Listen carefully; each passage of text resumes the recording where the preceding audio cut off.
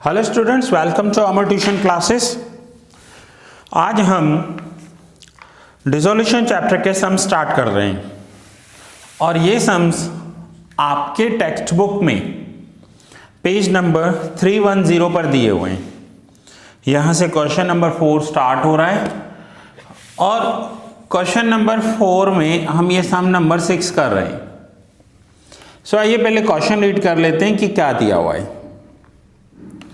Total assets are 1,50,000 of firm A and B। अब सम देख लीजिए, आपके बुक में हो सकता है थोड़ा आगे पीछे हो। पहले ऑलरेडी मैंने 2 लेक्चर आपको एक्सप्लेन किए हैं, जिसमें डिसोल्यूशन की मीनिंग एक्सप्लेन की थी फर्स्ट लेक्चर में, और सेकंड लेक्चर में मैंने आपको जर्नल एंट्रीज एक्सप्लेन किए थे। अब हम सम स्टार्ट कर रहे हैं। बहुत ही छोटा सा चैप्टर है, वेटेज भी कम है इसका, और जर्नल एंट्रीज हैं, जल्दी से पूरा हो जाएगा ये हमारा।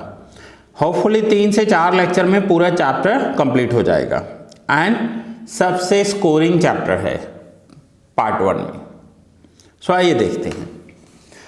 Total assets are 1,50,000 of firm A and B where cash of ₹10,000 is included। Net assets of the firm are ₹1 lakh. The ratio of capital and reserve is 4:1. The capital of A is more than of B by 20,000.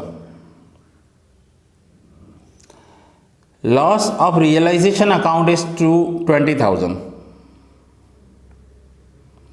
Firm is dissolved. Prepare opening balance sheet and ascertain opening capital of A and B। हमें यहाँ पर opening balance sheet बनानी है।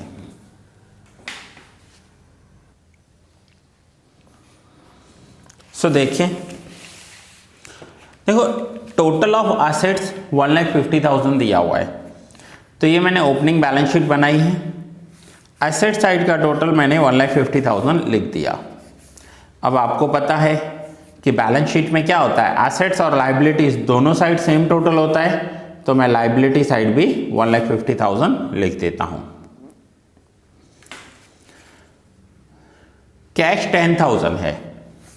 अब अगर cash की value 10,000 है, 1,50,000 में से 10,000 कैश है, तो बाकी के 140,000 अदर एसेट्स होंगे। ठीक है, मिसिंग फिगर्स जैसे फाइंड करते हैं वैसे हमें करना है आप। Now net assets of the firm are 1 lakh. अब नेट एसेट्स क्या होते हैं, ये यहां पर वर्किंग्स दिए हुए हैं। देखिए अदर एसेट्स कैसे कैलकुलेट किए, टोटल एसेट्स माइनस कैश। इस टोटल में से कैश माइनस कर दिया तो अदर एसेट्स मिल गए। नाउ नेट एसेट्स क्या होते हैं, net assets that means total assets minus total liabilities. Net assets हमें दिए हुए हैं 1 लाख और टोटल एसेट्स हमें पता है 150 है। नेट एसेट्स हमें क्वेश्चन में दिए हुए हैं 1 लाख और टोटल एसेट्स हमें पता है 150 है। Minus total liabilities. अब हमें लाइबिलिटीज फाइंड आउट करनी हो तो माइनस लाइबिलिटी को लेफ्ट हैंड साइड ले आएंगे तो प्लस हो जाएगा, और ये प्लस 1 लाख को राइट हैंड साइड ले जाएंगे तो माइनस हो जाएगा। फाइनली हमें मिल जाएगी कि हमारी टोटल लाइबिलिटी जो है वो 50,000 है। तो ये रही लाइबिलिटीज 1,50,000। अब अगर लाइबिलिटीज 150 है, ध्यान से समझना इसको, लाइबिलिटीज 50,000 है और लाइबिलिटी साइड का टोटल 150 है, तो बाकी का 1 लाख क्या होगा, 1 लाख हो जाएगा रिजर्व्स एंड कैपिटल। यहाँ पर हमने कैपिटल और रिजर्व्स कैलकुलेट किया 1 लाख। कैसे, capital plus reserve plus liability equals to total assets और टोटल लाइबिलिटीज लिख सकते हैं यहाँ पर। ठीक है, इन तीनों का टोटल यही होता है। यहाँ पर 150 लिखा, माइनस 50 किया, तो इन दोनों का टोटल आ गया हमारे पास 1 लाख। अब हमें ये पता है कि हमारा कैपिटल और रिजर्व 1 लाख है। टोटल कैपिटल एंड रिजर्व का जो टोटल है वो 1 लाख है, और इन्होंने दिया है कि 4:1 है। The ratio of capital and reserve is 4:1। So capital कितना हो जाएगा 4/5, दैट मीन्स 80,000, और रिजर्व हो जाएगा 1/5 मीन्स 20,000। अब हमें पता चल गया कि कैपिटल 80 है और रिजर्व 20 है। तो ये रहा capital 80,000 and reserves 20,000। Now here capital of A is ₹20,000 more than B. B से जो ए का कैपिटल है वो 20,000 ज़्यादा है। तो सपोज करते हैं कि बी का कैपिटल जो है x है, बी's कैपिटल इज ₹x। सो ए का कैपिटल कितना हो जाएगा, ए का कैपिटल हो जाएगा 20,000 प्लस x, क्योंकि ए का कैपिटल 20,000 ज़्यादा है। तो दोनों का टोटल कैपिटल कितना होगा, A capital plus B's capital. So total capital है 80,000, ये हम ऊपर कैलकुलेट करके आए। ए का कैपिटल x प्लस 20,000 और बी का कैपिटल है x। So 80,000 equals to x plus x 2x plus 20। So finally हम देखेंगे तो x का वैल्यू आ जाएगा 30,000। और x क्या था, जो x था वो कैपिटल था, हमने सपोज किया था b का। तो हमें ये पता चल गया कि b का कैपिटल 30,000 है और a का कैपिटल उससे 20,000 ज़्यादा है, दैट मीन्स 50,000 होगा।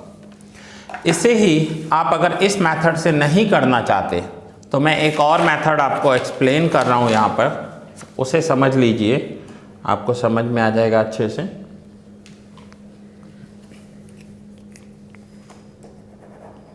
देखिए टोटल कैपिटल 80,000 है।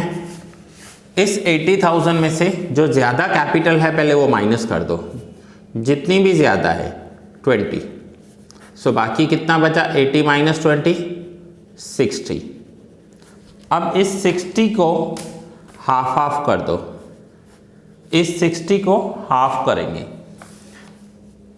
ए और बी। तो ए की कैपिटल हाफ करेंगे तो 30 और बी में भी 30। अब ये जो माइनस किया था ना, ये किसकी ज़्यादा है, जिसकी ज़्यादा है उसमें ये 20 फिर से ऐड कर दो। सो ये ए का कैपिटल 20,000 ज़्यादा है तो ये ए में ऐड कर दिया, तो ए का टोटल हो जाएगा 50,000 और बी में कुछ भी ऐड नहीं हुआ तो बी का टोटल हो जाएगा 30,000। अब देखिए 50 प्लस 30 टोटल 80 और ए की कैपिटल बी के कैपिटल से 20,000 ज़्यादा भी है। सो यहाँ पर आपको सबसे पहले क्या करना है, आपको 80 में से 20 माइनस करना है, जितनी ज़्यादा है जो बचे उसका हाफ हाफ कर देना है। 60,000 का हाफ मीन्स 30 एंड 30, और फिर जो यहाँ माइनस किया था ना 20 वो फिर से प्लस कर देना है। सो माइनस किया फिर से प्लस कर दें तो 30 प्लस 20 50 हो गया, और 50 प्लस 30 80 हो गया। तो ए का कैपिटल हो जाएगा 50, बी का कैपिटल हो जाएगा 30। सो आपको अगर ये मेथड समझ में आए तो आप इस मेथड से कैपिटल कैलकुलेट कर लीजिए दोनों का, ठीक है। और अगर ये मेथड समझ में आए, x का मेथड समझ में आए, तो आप x के मेथड से कैलकुलेट कर लेना। तो यहाँ पर हमने ओपनिंग बैलेंस शीट बना ली। अब ये जो लॉस ऑफ रियलाइजेशन दिया हुआ है ना, ये हमें कंफ्यूज करने के लिए दिया हुआ है। इसका यहाँ पर कोई काम ही नहीं है, कोई पॉइंट ही नहीं पूछी हुई है। कोई पॉइंट पूछा हो तो हम करेंगे, पॉइंट ही नहीं पूछा हुआ है। सो यहाँ पर इतना ही हमें ओपनिंग बैलेंस शीट ही बनानी है। सो स्टूडेंट्स, ये सम यहाँ पर पूरा हुआ। आप यहाँ पर नोट डाउन कर लीजिए, मैं आपको दे रहा हूँ, फर्स्ट पेज है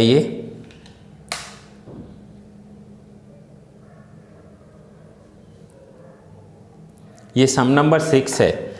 क्वेश्चन नंबर 4 में अलग अलग सम्स दिए हुए हैं, ये उसका 6th नंबर सम है, ठीक है। ये है उसका second page,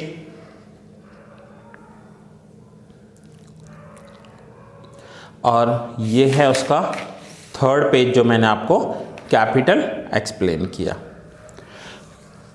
so that's it students, ये लेक्चर यहाँ ही पूरा हुआ। नेक्स्ट लेक्चर में मिलते हैं नेक्स्ट सम नंबर 7 के साथ।